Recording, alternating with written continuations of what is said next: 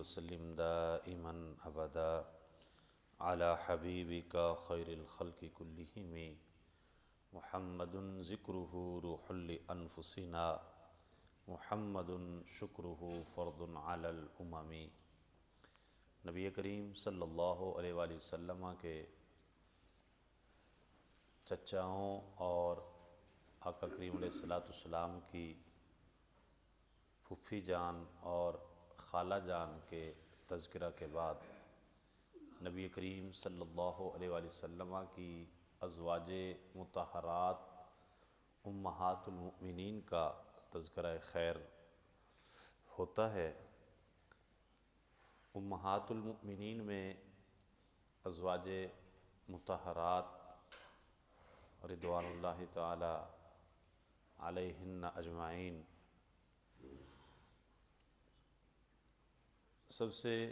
پہلی زوجہ حضرت خدیجۃ الکبریٰ رضی اللہ تعالی عنہا،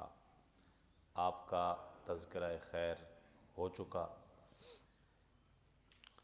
آج 17 رمضان المبارک ام المؤمنین حبیبہ حبیب خدا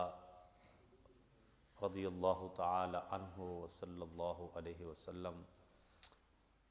حضرت عائشہ صدیقہ رضی اللہ تعالی عنہا آپ کا یوم وصال ہے، اور اتفاقاً تذکرہ بھی امہات المؤمنین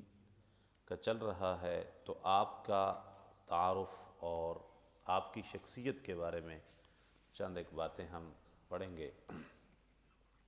حضرت عائشہ رضی اللہ تعالی عنہا کا لقب صدیقہ اور حمیرہ ہے، اور آپ کی کنیت ابو عبداللہ تھی۔ کنیت عرب معاشرہ میں شرافت کی علامت سمجھی جاتی تھی، اور یہ بڑی معتبر تھی کسی کی کنیت کا ہونا۔ بچے کی نسبت سے ماں یا باپ کا جو نام بولا جاتا ہے اس کو کنیت کہا جاتا ہے۔ مثال کے طور پہ اما عائشہ صدیقہ رضی اللہ تعالی عنہا، آپ کی کنیت ہے ام عبداللہ، عبداللہ کی امی، تو یہ آپ کی کنیت ہے۔ نبی پاک علیہ السلام کی کنیت ہے ابو القاسم، قاسم حضور علیہ السلام کے شہزادے کا نام تھا، تو ابو القاسم قاسم کے والد۔ تو حضرت عائشہ صدیقہ رضی اللہ تعالی عنہا، آپ کی اپنی تو کوئی اولاد نہ تھی، سگی اولاد آپ کی نہ ہوئی، تو آپ نے نبی کریم صلی اللہ علیہ وآلہ وسلم کی بارگاہ اقدس میں یہ عرض کی کہ یا رسول اللہ صلی اللہ علیہ وسلم، آپ کی جو دیگر ازواج مطہرات ہیں انہوں نے تو اپنی کنیت اپنی سابقہ اولادوں کی نسبت سے رکھ لی ہے، تو یا رسول اللہ صلی اللہ علیہ وسلم میری تو کوئی اولاد نہیں ہے، تو میں اپنی کنیت جو ہے وہ کس کے نام پہ رکھوں؟ تو نبی کریم صلی اللہ علیہ وآلہ وسلم نے فرمایا اپنے بھانجے عبداللہ بن زبیر کے نام پہ تم کنیت رکھو۔ حضرت عبداللہ بن زبیر رضی اللہ تعالی عنہ، یہ حضرت اسماء بنت ابی بکر، حضرت اسماء جو کہ سسٹر تھی حضرت عائشہ صدیقہ رضی اللہ تعالی عنہا کی، ہمشیرہ تھیں، ان کے بیٹے تھے حضرت عبداللہ ابن زبیر۔ وہ پہلا یہ بچہ ہے جب مسلمان ہجرت کر کے مکہ المکرمہ سے مدینہ المنورہ گئے، تو مسلمان مہاجرین کے ہاں جو سب سے پہلا بچہ پیدا ہوا وہ عبداللہ ابن زبیر رضی اللہ تعالی عنہ تھے۔ یہ حضرت عبداللہ ابن زبیر رضی اللہ تعالی عنہ حضرت عائشہ صدیقہ رضی اللہ تعالی عنہا کے سگے بھانجے تھے، تو نبی پاک علیہ السلام نے فرمایا کہ آپ ان کے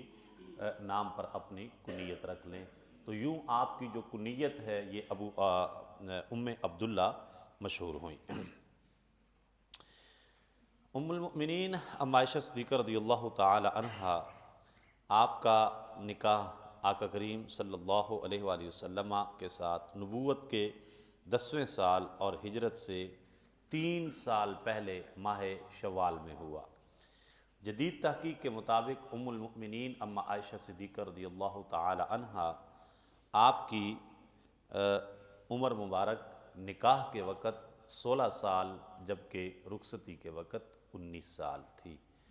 اور نبی کریم صلی اللہ علیہ وآلہ وسلم کی ازواج مطہرات میں سے سب سے کم عمر آپ ہی تھیں، اور آقا کریم علیہ السلام کی جیسے ہم نے پیچھے پڑھا کہ 11 ازواج مطہرات تھیں حضور علیہ السلام نے جن سے نکاح فرمایا، اور ان میں 10 ازواج مطہرات جو تھیں وہ بیوہ تھیں یا کسی لحاظ سے پہلے ان کا نکاح کہیں نہ کہیں پہ ہو چکا تھا۔ صرف اما عائشہ صدیقہ رضی اللہ تعالی عنہا آپ حضور علیہ السلام کی وہ زوجہ محترمہ ہیں کہ آقا کریم علیہ السلام نے آپ سے نکاح فرمایا جب آپ کنواری تھیں۔ تو حضور علیہ السلام کے اس میں جو نگاہ نبوت دیکھ رہی تھی اور ایک اس نکاح کی جو برکات ہوئیں وہ اتنی تھیں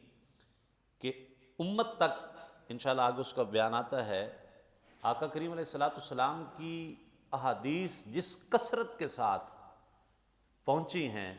ان میں ایک بہت بڑا کنٹریبیوشن جو ہے وہ ام المؤمنین ام عائشہ صدیقہ رضی اللہ تعالی عنہا کا ہے، کیونکہ آپ نے اپنی عمر کا بہت سا حصہ حضور علیہ السلام کے ساتھ گزارا، اور پھر نبی پاک علیہ السلام کی خلوت و جلوت زیادہ عرصہ حضور علیہ السلام کے ساتھ گزرا، اور پھر آپ کی جوانی تھی، پھر آپ کا حافظہ بھی تھا، آبزرویشن آپ کی بڑی سٹرونگ تھی، تو جس کی وجہ سے بہت ساری احادیث آپ کو یاد تھیں جو آپ نے امت تک پہنچائیں۔ آپ کا حق مہر 400 درہم مقرر ہوا، 400 درہم حق مہر حضور علیہ السلام نے ام المؤمنین ام عائشہ صدیقہ رضی اللہ تعالی عنہا کو عطا فرمایا۔ نبی کریم صلی اللہ علیہ وآلہ وسلم کی جب پہلی شادی حضرت خدیجہ الکبریٰ رضی اللہ تعالی عنہا سے ہوئی، اور حضرت خدیجہ کے وصال کے بعد ایک دن حضرت عثمان بن مظعون رضی اللہ تعالی عنہ کی زوجہ خولہ بنت حکیم رضی اللہ تعالی عنہا نبی پاک علیہ السلام کی خدمت میں حاضر ہوئیں اور عرض کی یا رسول اللہ صلی اللہ علیہ وسلم حضور علیہ السلام نکاح فرما لیں۔ آقا کریم علیہ السلام نے استفسار فرمایا بھی کس سے؟ تو عرض کی یا رسول اللہ صلی اللہ علیہ وسلم بیوہ اور کنواری دونوں طرح کی خواتین موجود ہیں، حضور علیہ السلام جس سے پسند فرمائیں گے حکم فرمائیں گے ان کو نکاح کا پیغام پہنچا دیا جائے گا۔ تو آقا کریم علیہ السلام نے فرمایا وہ کون ہیں؟ تو عرض کی یا رسول اللہ بیوہ جو ہیں وہ سودا بنت زمعہ رضی اللہ تعالی عنہا ہیں، اور کنواری وہ ابو بکر صدیق رضی اللہ تعالی عنہ کی بیٹی عائشہ ہے۔ کریم آقا علیہ السلام نے فرمایا کہ دونوں طرف نکاح کا پیغام بھیج دیا جائے۔ تو حضرت خولہ بنت حکیم رضی اللہ تعالی عنہا آپ نے دونوں طرف پیغام دیا، اور حضرت ابو بکر صدیق رضی اللہ تعالی عنہ کی کاشانہ میں جب گئیں اور انہوں آقا کریم علیہ السلام کا پیغام نکاح دیا۔ عرب میں یہ رواج تھا کہ جس طرح سگے بھائی کی اولاد یعنی بھتیجی جو تھی اس سے نکاح حرام تھا، ممنوع تھا، اسی طرح منہ بولے بھائی کو بھی وہ سگے بھائی کا درجہ دیتے تھے، وراثت میں بھی اس کو حصہ دیتے تھے، اور